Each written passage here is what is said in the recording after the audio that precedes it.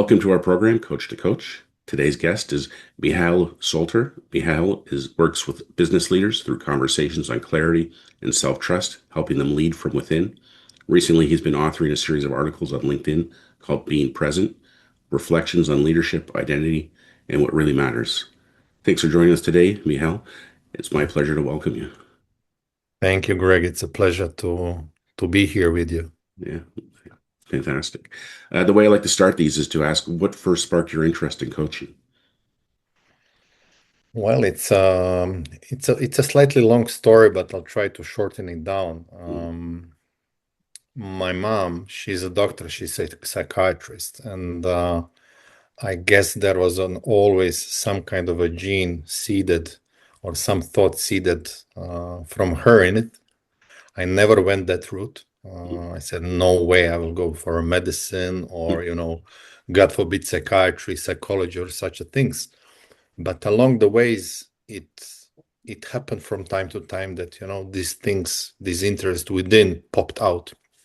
So it was a bit in and out, and I was from time to time reading about it, personal development, how human mind works, reading about the psychology, but then soon I would leave it, right?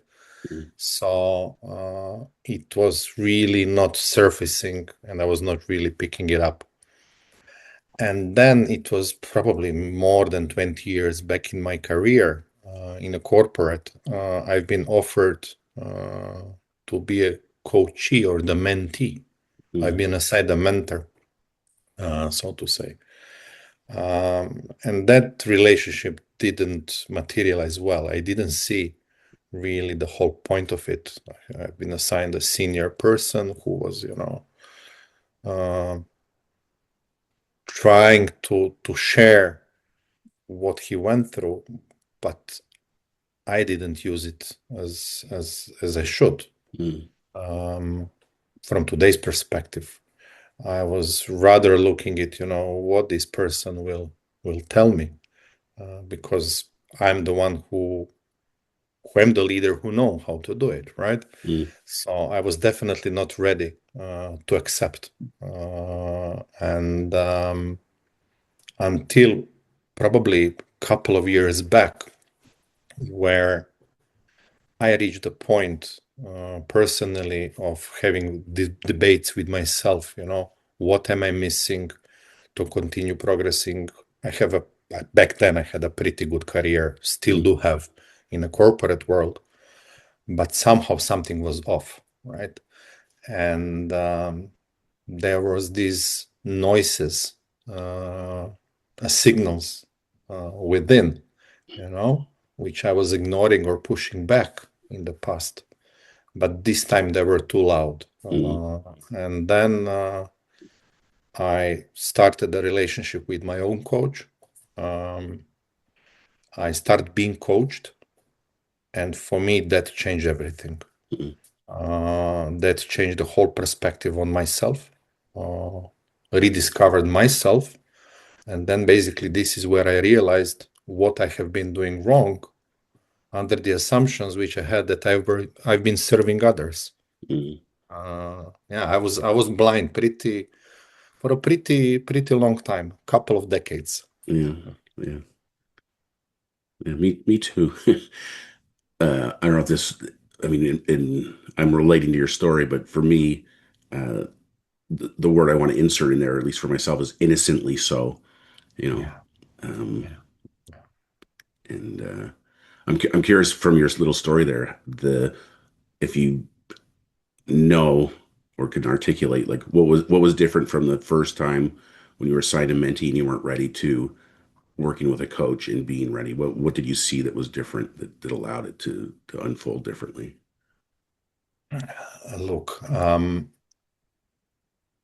I was always under the impression that I'm helping others, that I'm supporting others. Mm, That's how I saw myself. While I was quite often getting a feedback, quite an opposite one.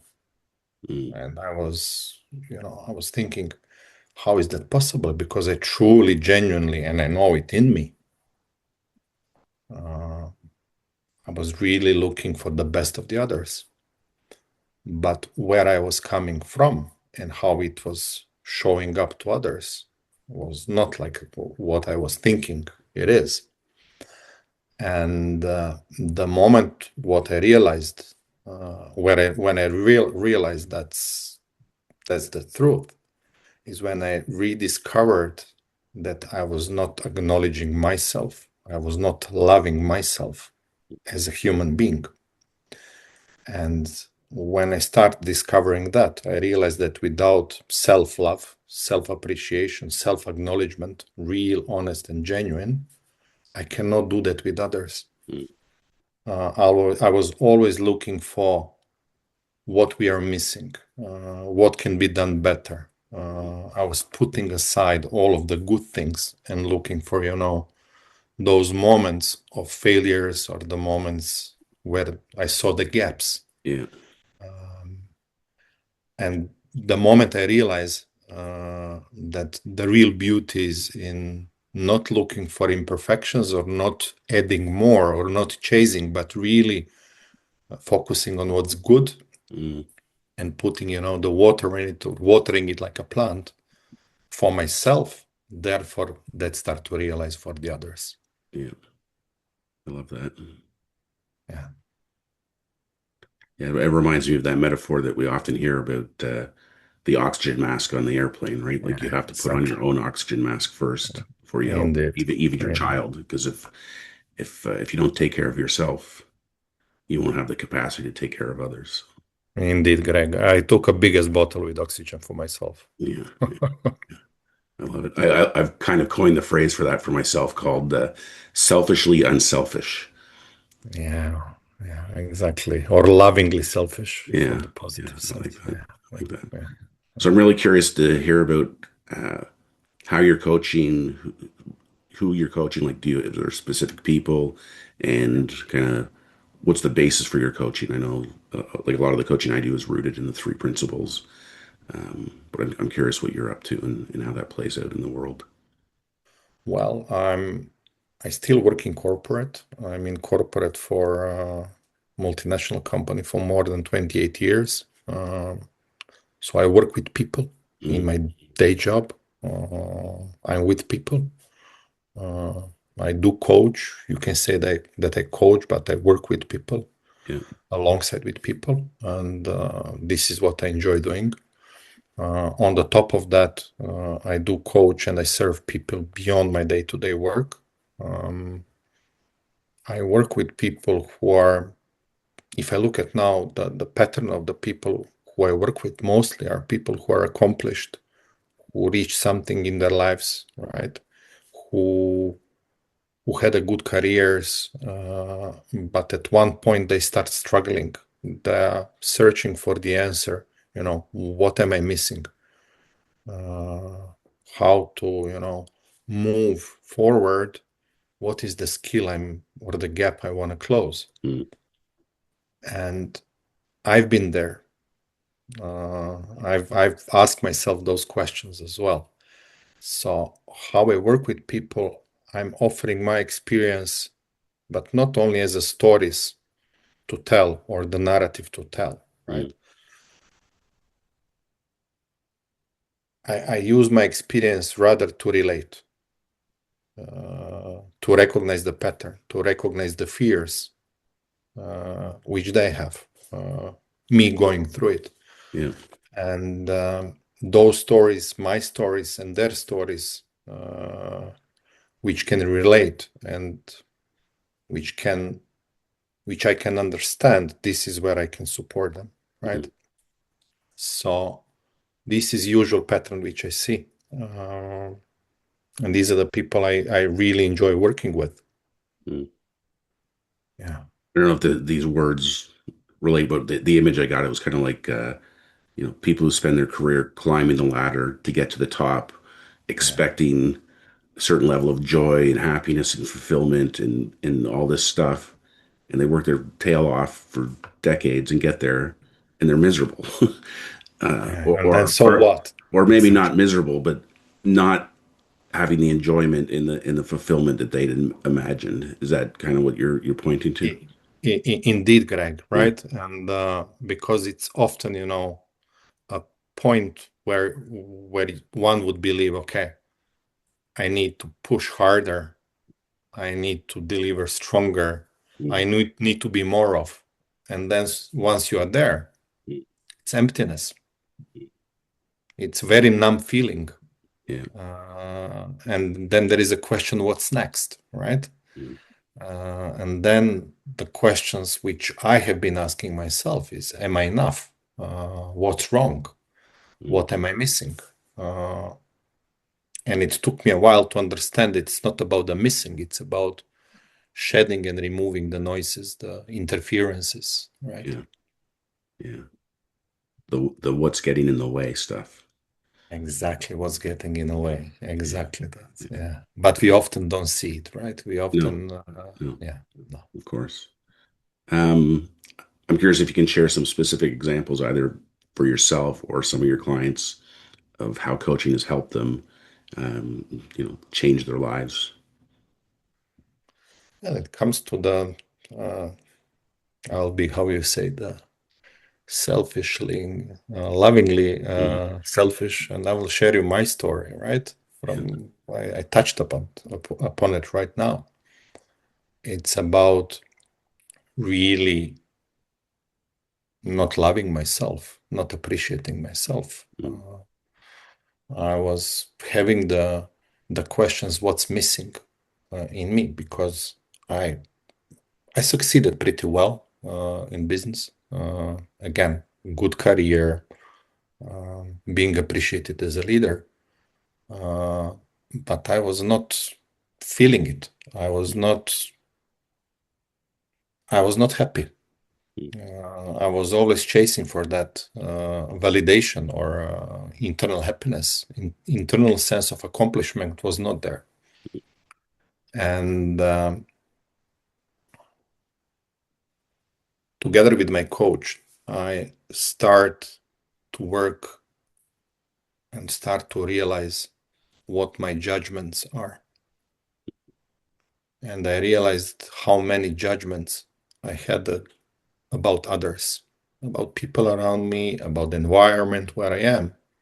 Most importantly, judgments about myself. mm, And mainly, all those judgments about others were just a mirror of my judgments of myself. mm, The moment I start cleaning those judgments,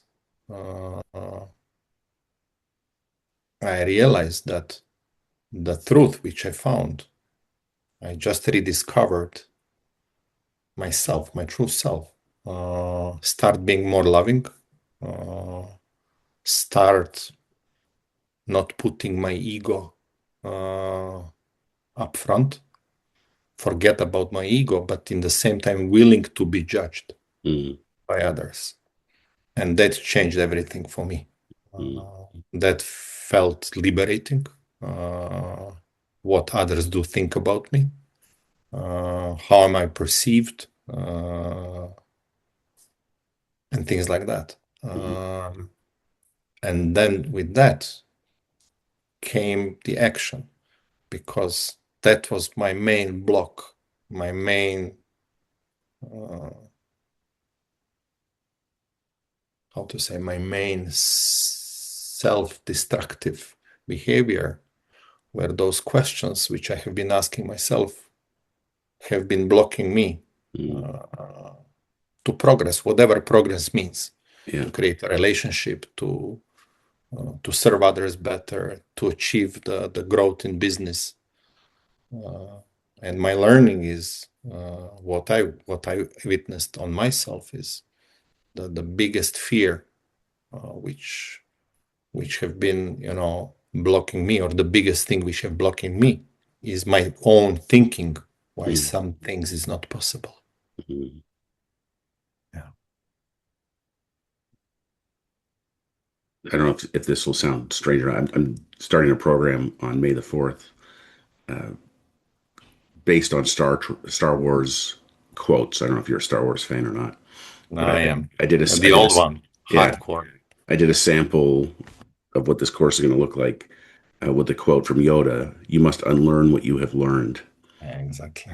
And Exactly. when you were talking about judgments and judgments of others, and it being a mirror of your own judgments of yourself, um, like I'll relate my own experience too. Like those things, or being that way, seems to have served me in a lot of cases. I can point at successes I've had in my life and say, oh, it's because I was so discerning and so judgmental, and I knew what to do and how to act. Um, but there's, it's a double-edged sword, because it's just eroding your own capacity to be happy, and you're always chasing. So I love the story you related, and the you use the word fear later in your story, but early in your story, I could think of, like, yeah, this shift from worrying about what other people think of you, like just this being in the world with an absence of fear about outcomes or judgments, and it's just such a wonderful, freeing way to be. Like, that's what freedom Exactly. is Exactly. being in the world that way. Indeed. Indeed. Indeed. But funny enough, when I was reflecting on it, and back then, freedom in any shape or form was always of the high value for me. Mm, While what I have been doing, intentionally or unintentionally, not knowing it, I've been doing just the opposite. I mhm. was, blocking my own freedom. I was protecting myself from things which I value the most, which is the freedom. Yeah. Being blinded by the judgment, having zero clarity and self-awareness. So I would say this is the most important and the most critical part for me, which made the difference, is the clarity and the self-awareness, Mm, which opened my way, first starting with myself and then to share my experiences with others. yeah.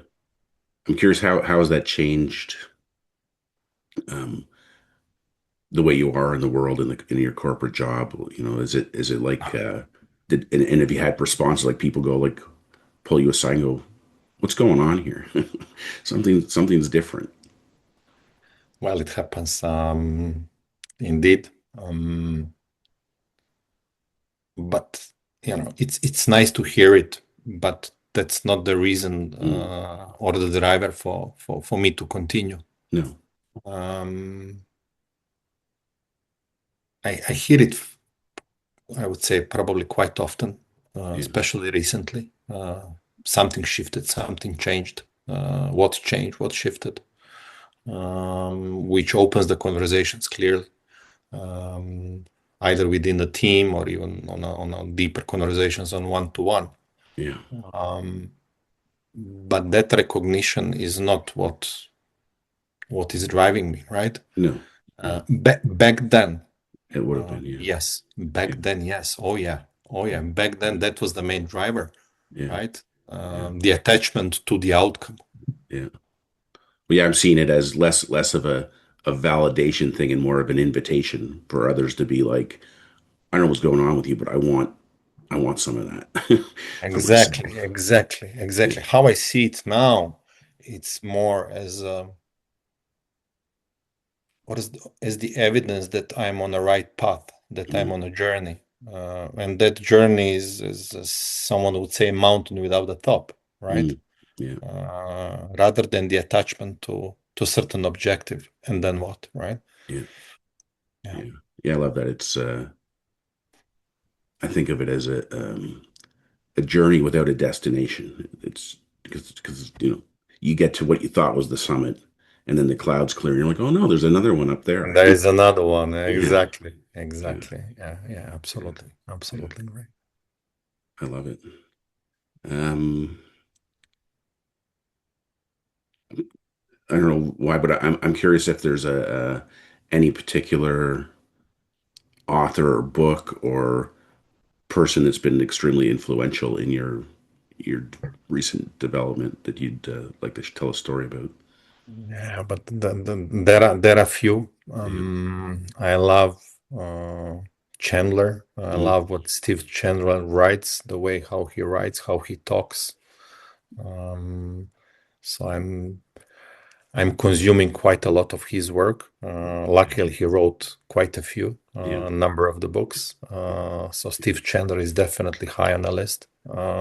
I love listening to him on audio because his voice is Exactly. so powerful. Exactly. Jamie Smart. Yeah. I'm currently reading The Clarity by Hmm. Jamie Smart, and I love it as well. Recently, I read Feeling is the Secret, Neville Goddard. Hmm.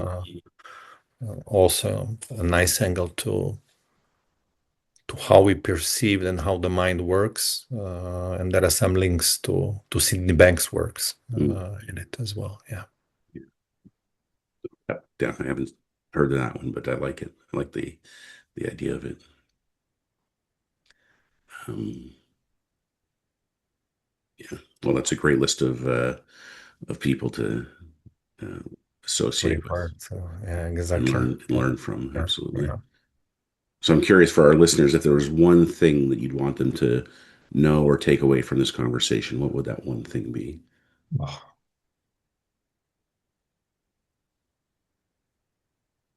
I'll give my best. I'm usually not that versatile in summarizing it, but Mm, for me, it's really what made the difference is real understanding that what we think the reality is quite different what the reality really is. mm, And that we are very often stuck in our thinking, accepting our thinking as reality, which clouds the perception and creates the perception of the reality and the experience of our life in general, right? mm, So if we try to